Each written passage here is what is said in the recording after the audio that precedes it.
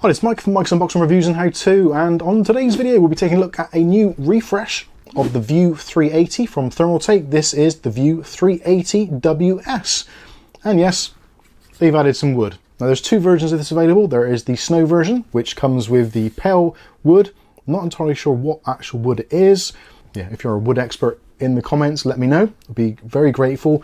There's also the black version as well, which also comes with a darker trim, which I think may be mahogany, but who knows? Again, I know nothing about wood, so it's up to you to decide what it is. It's dark wood, essentially. Anyway, with all that said, I've got the little setup here going, so you can see what the fans look like. It actually comes included with 4 ARGB fans. They are DC controlled, but weirdly seem to work with a PWM controller, which I've currently got connected up just so you can see what they look like. They move a reasonable amount of air. The reverse flow on this side, so you've got 3 120mm ARGB light fans on this side, reverse blades, and on the back you've got a single traditional airflow exhaust on the back, so again the ARGB light fans. Overall, this is a pretty nice case, especially if you're into the kind of fish tank look case. I think this ticks a lot of boxes, comes in at a pretty reasonable price, around about £100 here in the UK at the time of recording. And in terms of those of you thinking, well, the View 380, like what's the difference between the two? Essentially, there's nothing other than the wooden trim, and it adds about £10 to the price roughly. Sometimes you can find them almost the same price. Again, there's always kind of sales on here, there and everywhere, so potentially you might even find this cheaper than the non-wood versions if you look around. As always, there'll be some affiliated links in the video description which you can check out and see what local pricing is like in your region. So I think that's pretty much it for an intro. I'm going to disconnect this so we can strip it down and we'll take a closer look. Okay, so we're back to the case. So this is a ATX case, also fits micro ATX and ITX motherboards. Also, some of you may have already noticed, it does support the new back to front or reverse connect motherboards, Project Zero, that kind of stuff, if you wanted to go along that route. Overall, nice size. You can put quite a lot in here. Graphics cards up to like 415mm. If you're going for air cooling, CPU coolers up to 160mm in height. When it comes to the power supply, they do give recommendations to 185mm, but I think you can probably get bigger in there. It's pretty open in the back there because this is a dual chamber design, so you can get one in there a little bit bigger, but that's kind of what they recommend. And to be honest with you, trying to get a power supply bigger than 185mm length is quite hard these days anyway. A lot of the newer ones tend to be a little bit more compact, let's say. So yeah, you should be absolutely fine there. In terms of water cooling support, so you've got options in here. So in the top, you can put a 360mm AIO. In the bottom, you can also put a 360mm radiator if you wanted to. If you're going open loop, AIOs are not good on the bottom, so don't do that because it will destroy the pump. But if you're going for a open loop system, then you can put a 360 on the bottom. On the side, unfortunately, due to the dimensions of the case, you can't quite fit a 360mm AIO in the side there, which some of you may have wanted to do. I have measured it. There's about 390mm of space. Unfortunately, due to the positioning of the IO, that actually blocks some of the space. If there wasn't an IO position here, or you could remove that in its entirety, you could probably get a 360mm AIO in there. But yeah, realistically, 280s, 240s are absolutely fine. Again, realistically, because this comes included with those 3 reverse fans in that position, do you really want to change that out? Probably not. I think for most people, sticking an AIO in the top is going to be the way to go. Either a 240 or a 360. Unfortunately, there doesn't appear to be mounting options for anything larger in terms of width, so 140s are out of the question. So that means 280mm AIOs are also out of the question. But if you want to, 3 120mm fans on the top, 3 120mm fans there, obviously 3 on the side, and you've got that 1 on the rear, which is included, ready to go. Now, to remove the side panels, when you first get this, there is actually screws holding the glass in place for transit purposes. You can remove that if you want to, leave those out. That is entirely up to you. To start off with the side panel removal, you actually have to remove the top section, I think. Nope, you don't actually. You will do if you've got the screws in, to take the screws out, but if you've already done that, it's fine. So there's a little lever on the side, pull that out, and you can remove the glass. There's a little ledge on the bottom which that fits into, that's fine. Completely clear glass. On the black version, there is a very, very slight smoke tint to it, so if that's your thing. Also, this panel of glass here, again, screws held in there, 2 screws in fact on this one I believe. I've already taken those out, so if you want to, you can just pop that out and remove it. Again, clear glass, nice, you like that a lot.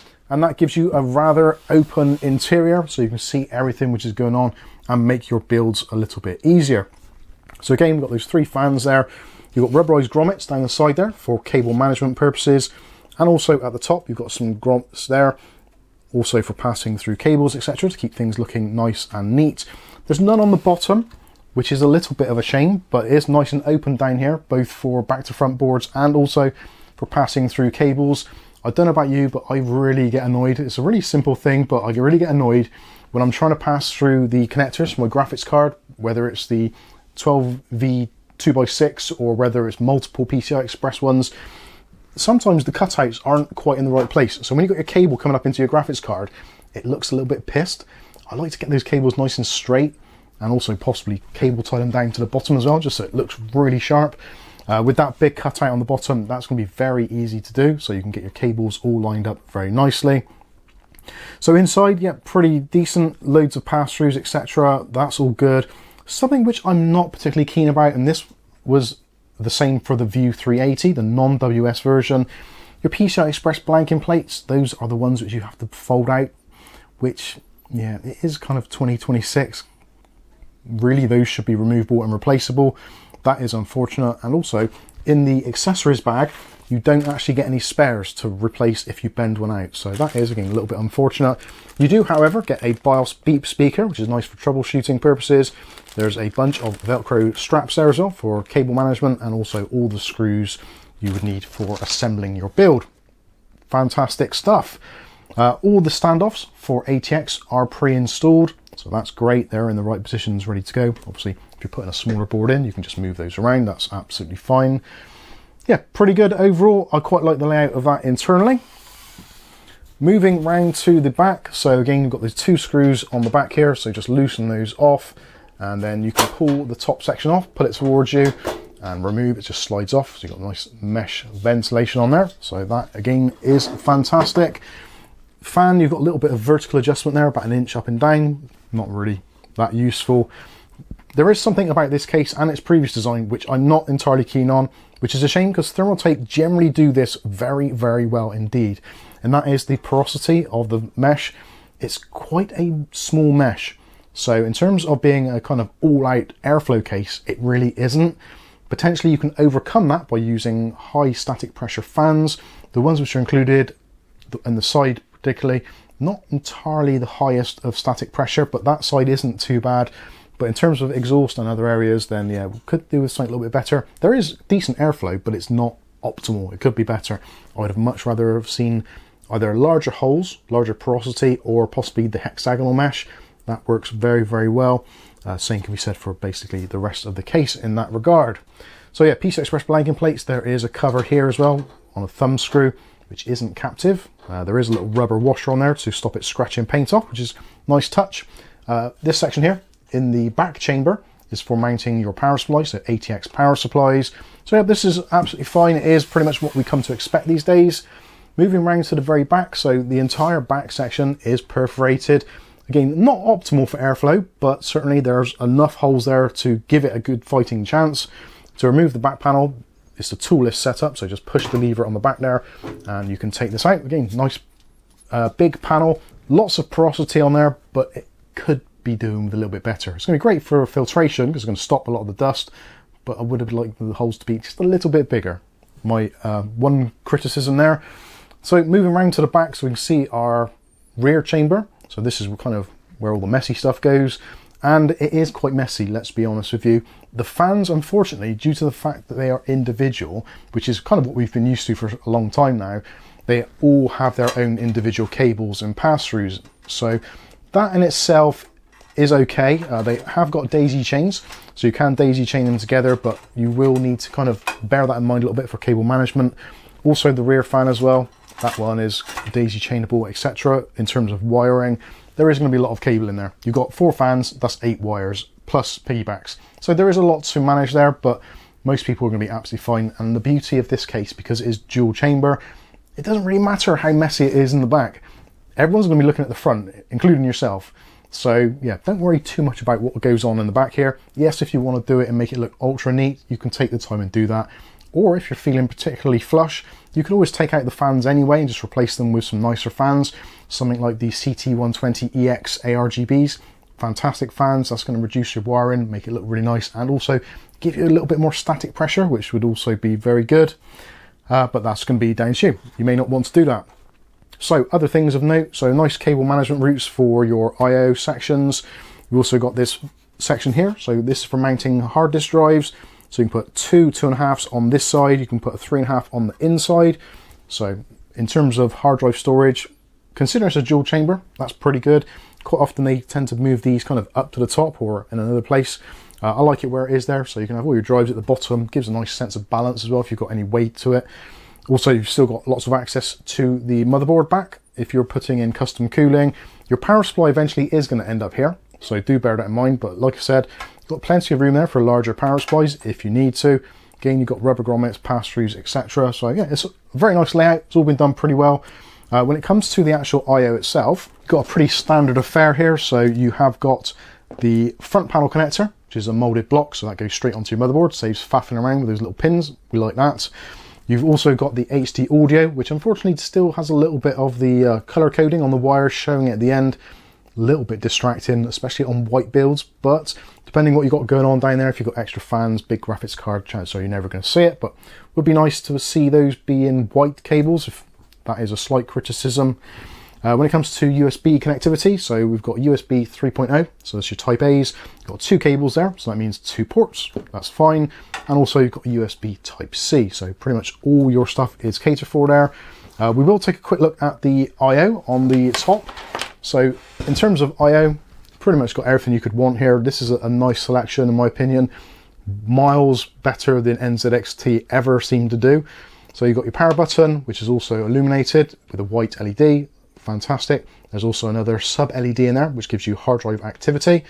Then you've got your two USB Type A's. You've got your audio jacks, which are separate. Excellent. Headphone and microphone. I prefer that personally. You may not, but I do, because you may want to use a specific headset and a different microphone.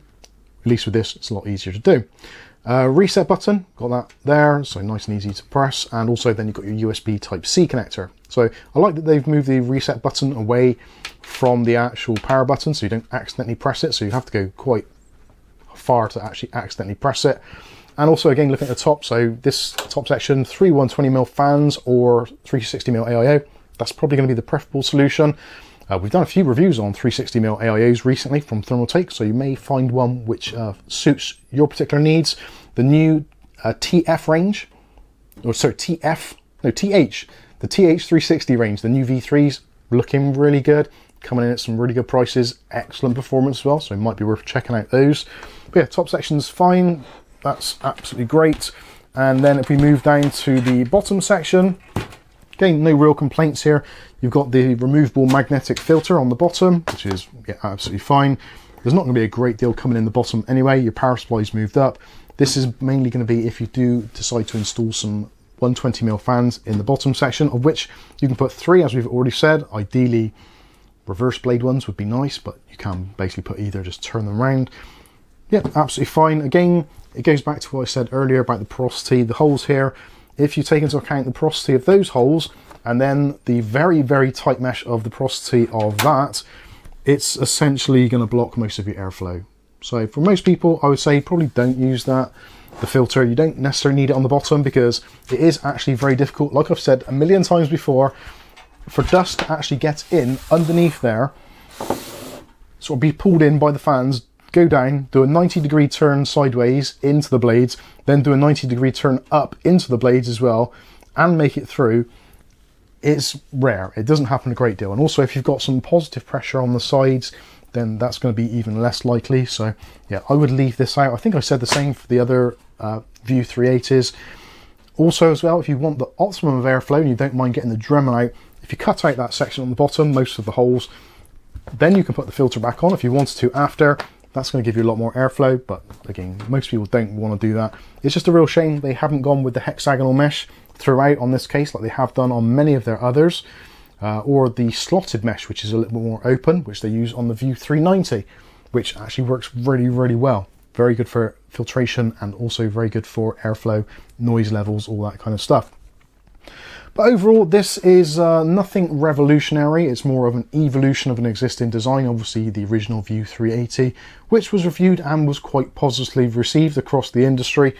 And again, apart from a few very minor quibbles, I think this is absolutely fine if you're looking for a fish tank design and you do want to include a little bit of wood trim to fit in with your surroundings. Then I think it's a really nice choice. And again, if you go for the black version with the darker wood, if that fits in with your aesthetic, then yeah, it's great. It's nice to see that Thermaltake are taking into account these things, that just little subtle changes to make a different case model just to fit in with people's aesthetics, I think is a very commendable thing to do, rather than just saying, right, there's one case fits all. Thermaltake generally do tend to do a little bit better and modify them, change the colors, etc. Be interesting to see if this ever came out in any other colors. The View 380, I think, did come in some other of Thermaltake's kind of well-known colors. This, I'm not sure if they'll do it. I think because of the wood, they'll probably just stick with the white and the black, but who knows? Check out the links in the video description and you can see what is currently available. At the time of recording, February 2026, we just got the black and the white, but yeah, who knows what the Thermaltake could do. They're a pretty crazy company. And they do like to do things. If a lot of people comment and say, we want this in, I don't know, fuchsia or the dusk or, I don't know, strawberry, whatever it is, let them know. You never know, if they get enough people asking, they may well make it. Who knows? Anyway, I think overall, yeah, it's a nice case, it does well. I would like to have seen better airflow, but other than that, I think it's yeah, pretty good for where it is in the market. I think it's a reasonable price. Again, Scan in the UK here generally tend to have the best prices on Thermaltake cases if you're in the UK, so definitely worth checking out their links as well. You never know, you may pick up a bargain, but I think that is going to pretty much wrap things up for the View 380 WS. Hopefully you've liked the video. If you have, smash that like button. If you want to see more content like this on a daily basis, maybe consider hitting subscribe, and if you do that, don't forget to hit the all notifications button. Otherwise YouTube will just hide videos anyway, like they tend to do, because YouTube. Yeah, I've been Mike. This is Mike's Unboxing Reviews and How To, and hopefully we'll catch you in the very next video. Thanks for watching.